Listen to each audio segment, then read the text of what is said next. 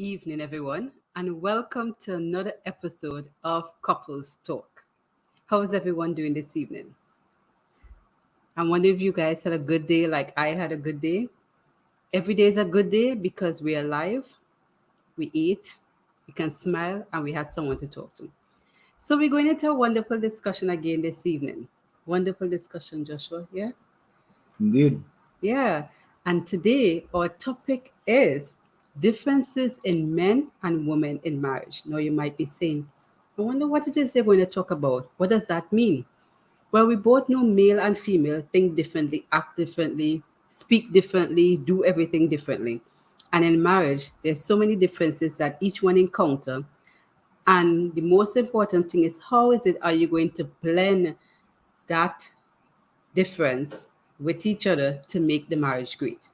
So that will be our discussion for this evening. Differences between men and women in marriage. In many cases, I like the fact that God has made each of us different in our own way. And there's a lot of blessings in a man and a woman coming together in marriage where we could really complement each other. But the same benefits that we have in our differences sometimes causes conflict within marriage. So as much as we're not going to rehash all the different conflict, but we want to share what are some of these differences, and just being aware of the differences a lot of times give you the tools to maneuver why this person is reacting that way. And it at least it alerts us that not everyone is going to react the way that you expect them to react because you're thinking a certain way. Sometimes we have a misconception that most persons think the way we do, and if we think this way, it's the likelihood that they are thinking the same way, especially the fact that we can't read each other's mind. Mm-hmm. So and that leads into the first example of our differences. Or brain. Yeah. Yeah, or brain. All right. So it speaks to the fact that as it relates to our brain, it says studies show that men and women's brain are wired differently, Mm-hmm.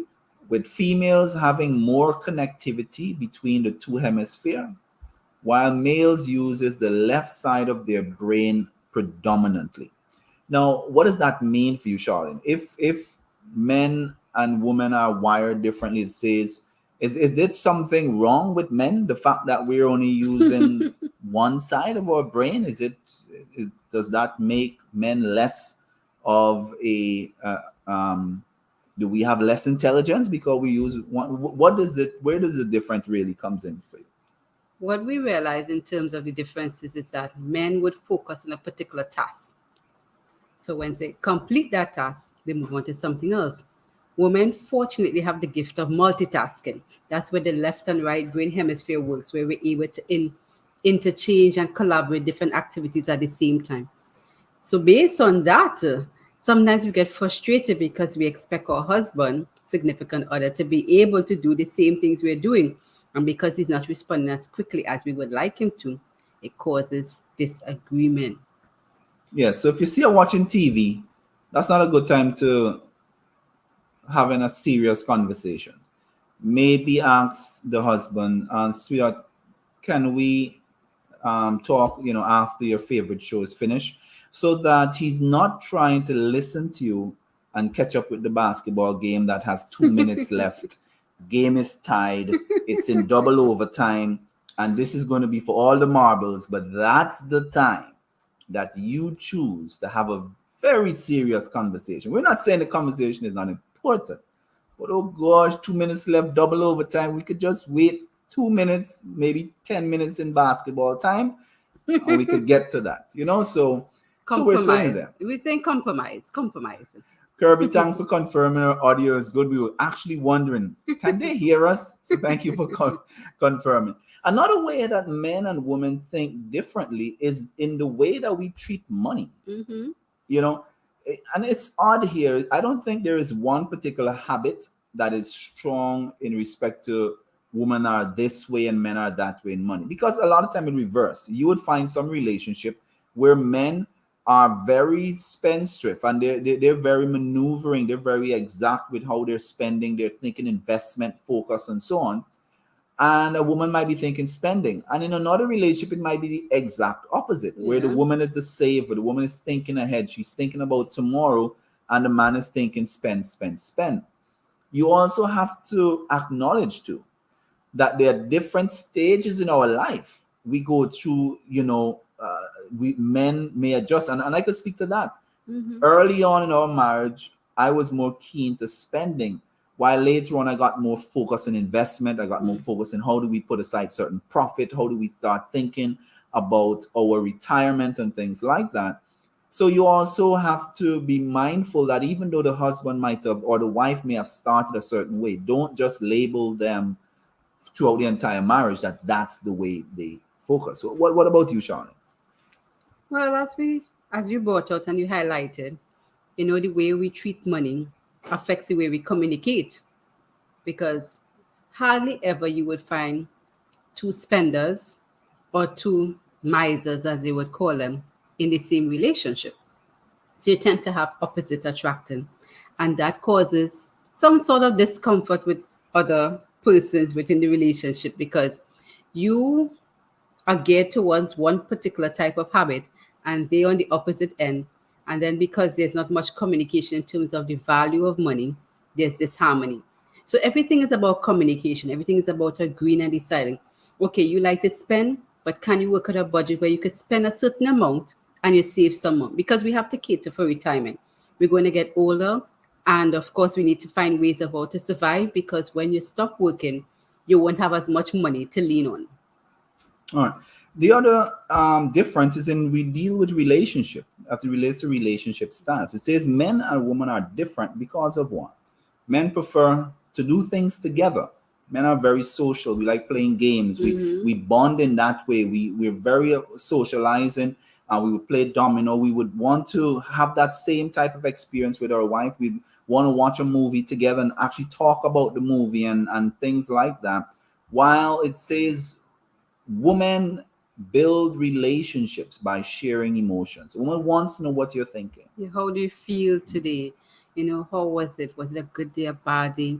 Who upsetted you during the day? What happened during the day? And he might be thinking, Lord, I talked out already for the day. I don't want to talk. But you have to work and balance it out, because as much as you think that you can't talk again, that's the way your wife communicates. You have to at least be able to compromise. What you can say is that, can you give me a 5 minutes to just recuperate from the day? And then we can sit and talk. Not when you're about to fall asleep or you're too tired, but a point where you both can converse, because that energizes her. And of course, once she gets that energy, it calms her down, it calms you down. And of course, you might get some benefit at the end. All right. Similarly, if you see your husband is very social, he wants to be able to engage with you. Also, be willing to spend that time to engage with him. He's more social, or create an environment where he can socialize. Encourage him. If the boys are going out and um, playing some games and so forth, if you're uncomfortable with that, why not be the host? Why not encourage his friends to, hey, come over, I'll prepare some stuff, you guys could watch your game and so forth. And while you guys am doing that, this might be a good time for me to link up with my girls. And you give each other your space, but in an environment where you could still host each other while they're downstairs, maybe watching their game. Maybe you and your girls could meet upstairs or so forth. So there are ways in how you could create an environment so that he can socialize while you are able to have that type of conversations with your girls. It may not always work together, but you could create an environment that still suits each of you. We have a few Bible reference. One of the first one I wanted to share, it says, nevertheless, let each one of you in particular love his own wife. And this is talking to men at the beginning, as himself. And let the wife see that she respect her husband. And this speaks to a lot of times about love language. There's one of the books that we've shared recently where men really desire respect more than anything else, while a woman really looks forward to be loved. And this fundamental difference goes deep within us. It may vary from time to time, but it's really one of our core needs and values. Yeah. The fourth one. Communication styles. The way we communicate, the way we speak, the way we verbalize, verbally, non-verbally, is the way we interact with each other daily. It's something that we take for granted. Women well, some women tend to be talkers. There are actually some women who don't talk as much. Some men will be quieter in terms of their demeanor.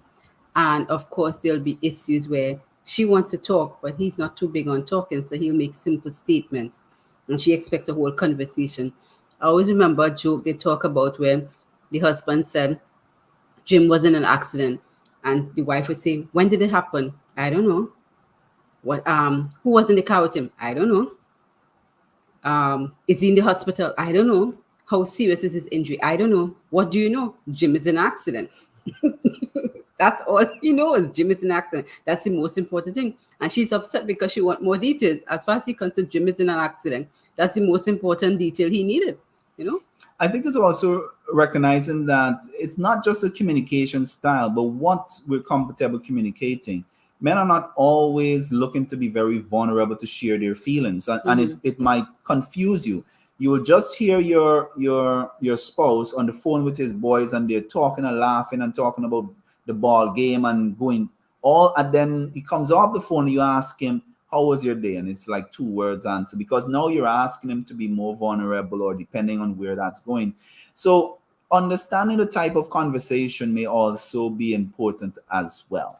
So men and women communicate in different ways, and we have different styles. So I think it's important to understand what we're both comfortable. And as Charlene said, sometimes you're going to have to make some compromise. Sometimes we will have to go a little bit beyond 2 word explanation as to how the day was. I'm sure the day was more than it was good. What did you do? What did you do? What were you working on Did today? you cuss Was there any, someone? yeah, so sometimes you have to go deeper to shed a little bit more light. Now, don't beat me. I'm the one that selects some of the scripture text tonight. So, Charlene, you could read this one. Proverbs 21:9. Better to do well. Better to dwell in the corner of a housetop than in a house shared with a contentious woman. I didn't say the Bible said it. Yeah, I I just like that. randomly Yeah, selected. yeah, That it was was, not yeah. at The Holy all. Spirit Yeah, just guided you to that text. yeah.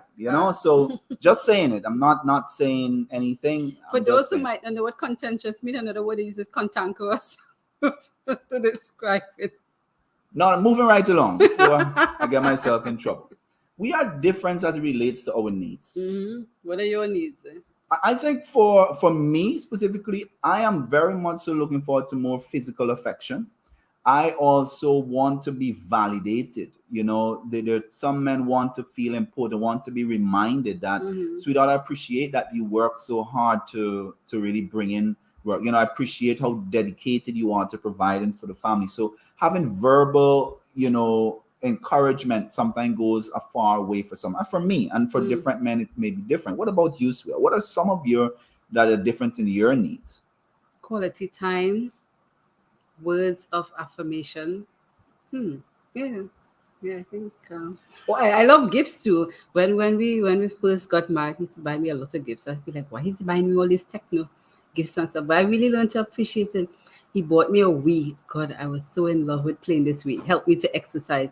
And then someone stole my Wii. No, I mean literally, someone stole my Wii.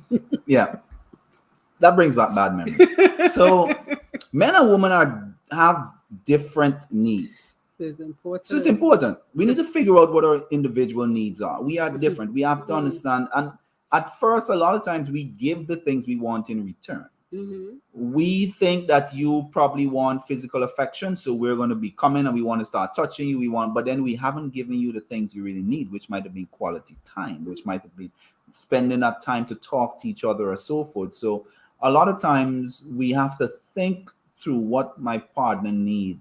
And if it is that we really seek out to please each other, indirectly, we will be. But here's a bonus to that. If it is you give the quality time, you could introduce physical touch because there's quality time and physical touch, so we both win. Definitely. All right. So the last one, and we really just wanted to share some brief ones. So our session tonight is really just going to hit some points there. Is affection, and we started talking about this. It's interesting when dating, men tend to be interested in a woman's beauty, and not, sometimes it's not just physical too, but there are times that you see a woman beautiful inside and out. You just see her spirit. You see the way in how she treats herself. You see the way in how she treats her family. You start to envision that this would be a good woman, a woman that would be able to take care of the home, someone that you could see making a good wife, a good mother. So a man is seeing some of those physical attributes. He's also seeing some of the core characteristic that he sees in her that really makes him feel comfortable that this is someone that I could want to spend the rest of my life with. What about for women, Sean? For us, it's an emotional connection. I was reading the definition because I am a sapiosexual by nature. For those who don't understand what that means, that's a person who is attracted to intelligence. So many of you might not I know. thought that's some kind of freaky stuff that was. I was just waiting for you to say that somebody that No, no, no. jumps. It's all about the mind. I'm a mind Oh, person, okay. all All about right. the mind. And for those of you who may not know or may not have seen in our previous videos where we mentioned how we met on the internet. High five. So we were chatting a lot and things. So we didn't really see each other's photos. But it's the interaction and the conversation that I grew an attraction to Joshua. How he would speak and how he would convey messages and things. And those were the things that I grew to find an emotional connection to. So that is explaining how it is I connect. Got me blushing here, man. Got me blushing here. Our last scripture reading is 3 verses. So we'll just interchange. I'll read the first one. Matthew chapter 19, and we're going to look at verse 4 to 6. It says, "And he answered and said to them, Have you not read that he who made them at the beginning made them male and female?" And verse 5. For this reason, a man shall leave his father and mother and be joined to his wife, and the two shall become one flesh. And verse 6 says, "So then there is no longer two, but one flesh. Therefore, what God has joined," I think I left out something Let there. no man put asunder. "Let no man separate," Let no or separate, let no man put asunder. So don't let anyone get in between what God has joined people. God has put you together. Tell them, you rebuke them in Jesus' name. yeah, so I did leave out that last part there. So therefore, what God has joined together, let no man separate. God has really created us different, but there's a significance and there's a special union. There's a special action that God said that we shall become one. So even within our difference, within the marriage, we should hold one head. We should desire to take the strengths of each individual Yeah, as we make decisions. We want to be able to protect each other's from our own blind spots. There are certain things that you will see that your spouse will not see, and there's definitely. certain things your spouse will see that you will not see. So it's an opportunity for you to share, for you to listen, for you to see from their perspective. So as you make decisions, you're able to make decisions considering all perspective. And if you're able to do that, you may be able to avoid a lot of pitfalls if you just went about it in your own wisdom, in your own understanding. Any other closing thought for you, Sean? Yeah, just want to remind you that each one of the points we highlighted, even though we highlighted differences, as Joshua mentioned, that it makes each one of us unique and a blessing. And the differences is what makes us even better as a couple when we come together. So use these differences to enhance the relationship and not to separate each other. Lean onto each other's strength. Grow the relationship, bond, and trust each other because that's what you're there for. God put you together, and He knows that, of course, that each differences that you have is going to help to enhance this union and even bring you closer to Him. All right. So if you haven't followed us, you can click the like button, share it with a friends. This might be something that might be a blessing to someone else. Subscribe and click that notification bell so when we post more video like this, you will be notified. We will see you in the next one. The next one, good night, everyone.